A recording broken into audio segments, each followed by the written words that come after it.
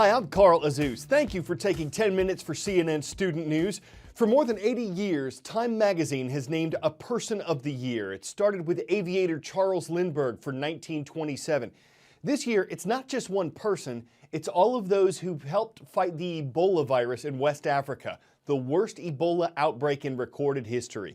Time's managing editor says when there wasn't much to stop Ebola's spread, with governments unprepared, some health officials dragging their feet, it was the first responders, the local doctors, the international aid organizations who stepped up to save lives and earned recognition as the People of the Year. The World Health Organization says almost 18,000 Ebola cases have been diagnosed since the outbreak started. Around 6,400 people have died from it. Guinea, Liberia, and Sierra Leone have been hardest hit, but they're making progress. Slushed. One really accurate word being used to describe the U.S. Northeast. Moisture from the Atlantic Ocean has clashed with cold air. The results? Chilly, miserable rain in some places, like you're seeing here from Long Island. The New York metro area has gotten nearly 3 inches, a record amount of rain this week. And in other spots, a winter wonderland for the moment. The National Weather Service says the 6 to 10 inches of snow in parts of Maine will be glazed by freezing rain throughout the rest of the week, and the coast will be battered by gusting wind. It's like a circular water sprinkler is spiraling up through New England, and for all of it, a nor'easter's to blame. A nor'easter is a storm that typically happens in the Northeast. That's not why it's called a nor'easter, though. The name comes from the wind, or the prevailing wind that you typically get from that sort of storm, which is out of the Northeast. And the bigger, stronger the storm, the stronger the nor'east wind is. Nor'easters are typically a weak storm that make their way across the U.S. and will get a little bit of energy from the jet stream, and then when they hit the coast, that difference in temperature between the land and the ocean, that gives them a little bit more in the way of instability and more fuel for the fire. Common characteristics of a nor'easter are wind, rain, sometimes snow, definitely waves battering the coastline, and because of that you can get some beach erosion, you can get some coastal flooding. A storm surge is possible as well, so a lot of damage can be done not only along the shoreline but also inland in the form of winds and heavy snow. Sometimes nor'easters can dump several feet of snow, especially at the higher terrain. Nor'easters typically happen anywhere really from September all the way to May. The more intense ones happen really in the fall and winter time, but springtime you can get some nor'easters that have some devastating winds. Nor'easters and hurricanes are completely different because they derive their energy from 2 completely different sources. Your hurricanes get your energy from the warm waters of the Atlantic Ocean, and that latent heat release is what drives the engine. Once a hurricane goes on land, it loses its energy. A nor'easter gets its energy from the differences between hot and cold. Often a blizzard will come from a strong nor'easter, so in some cases they can be one and the same. Blinding snow and winds blowing 35, 40 miles an hour, and obviously devastating cold. And that's why the strongest nor'easters typically happen in fall and winter when you have that dynamic contrast in temperatures. Who wrote the Declaration of Independence? That's a question on the U.S. citizenship test. We'll give you some options: James Madison, Thomas Jefferson, or Ben Franklin. The answer later became our 3rd president. It's Thomas Jefferson. In North Dakota, state lawmakers are considering making the citizenship test a requirement to get a high school diploma. Several other states are debating something like this. Supporters say it'd be a step toward improving young Americans' civics knowledge. Opponents say another test won't get them more engaged in U.S. history. If the bill passes, students would have to get 60 out of 100 questions right, including the number of justices on the U.S. Supreme Court. Is it 6, 8, 9, or 12? The answer, including the Chief Justice, is 9. If the president and vice president can no longer serve, who's next in line for the presidency? The Speaker of the House, the Secretary of State, or the Defense Secretary?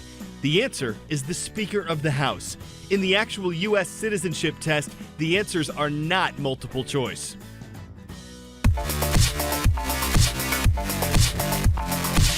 Batman, Romeo, and Santa Claus. They're not just popular characters, they're actual places. There's a city named Batman in Turkey, a town named Romeo in Colorado, and a Santa Claus in Arizona, Georgia, and Indiana. Now that's random and confusing to reindeer.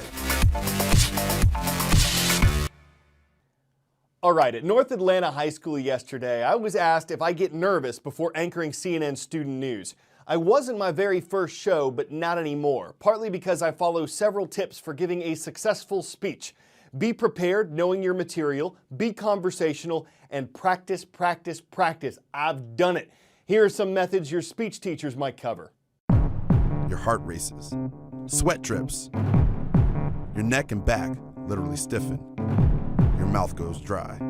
Mark Twain once said, there are two types of speakers, those who get nervous and those who are liars.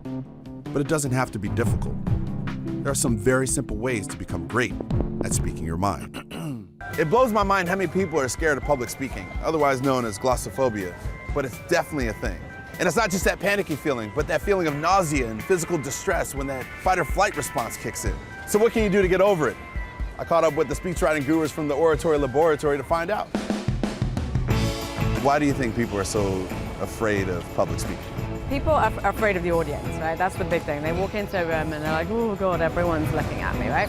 So you're the hero of your story, and when you're giving a speech, you've got to remember that you're up there because people asked you to tell the story, and it's your version only, it's no one else's speech. If you remember that, you're going to spend a lot less time being scared of the audience. So when people are preparing for a speech, what are the best ways to kind of prepare in order to be as comfortable as possible? The way you prepare for a speech is the same way you should prepare for telling any great story. First of all, think of something that makes you excited, and then frame the speech around that, and really just think about how great it is, and then let that carry you through the process. With all of those tips in mind, we decided to set up on the sidewalk and face one of the toughest crowds around, New Yorkers. First, Nathan gave me a few pointers. You basically just take what they're passionate about, right? Frame it with a little bit of a story, and then celebrate whatever it is they want to celebrate. We gathered a crowd and I asked a few questions. Let's get a little crowd together. Oh, they're cool. How about you folks? What's your name? Jessica. Jessica. What are you doing hanging out in Bryant Park? So what are you writing about? So what's the secret sauce? And then, using just a few bits of information I got, I took a shot at toasting a total stranger. And I just wanted to lift up Jessica, such an intellectual genius that has been able to come out here today, and she didn't have to spend time in the office, but she could spend time working on what she cares about and what she loves the most. Here's to never being scared, to doing what you always wanted to do. Here's to Jessica. If you work at it and you have the confidence and you believe in yourself, you can be a champion as well.